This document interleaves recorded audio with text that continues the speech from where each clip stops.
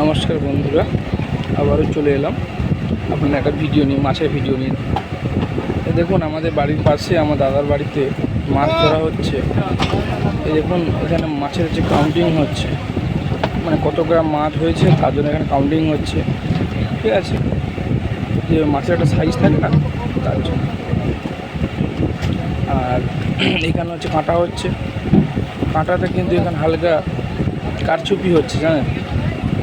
লাস্টে আমরা ধরলাম সবাই মিলে যে এখানে প্রত্যেকটা কাঁটাতে 2-3টে করে মাছ বেশি করে নিয়ে নিচ্ছে, ঠিক আছে। ধরার পরে ভুল শেখা চাইলো, ঠিক আছে। এখন এই মাছগুলো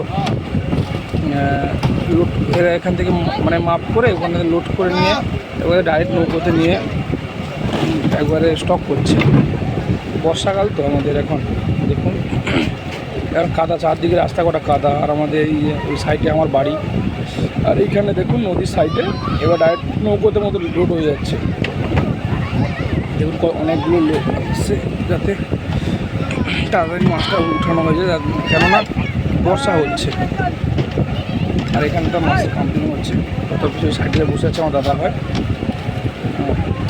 দেখুন ভালোভাবে কীভাবে কাটা হচ্ছে।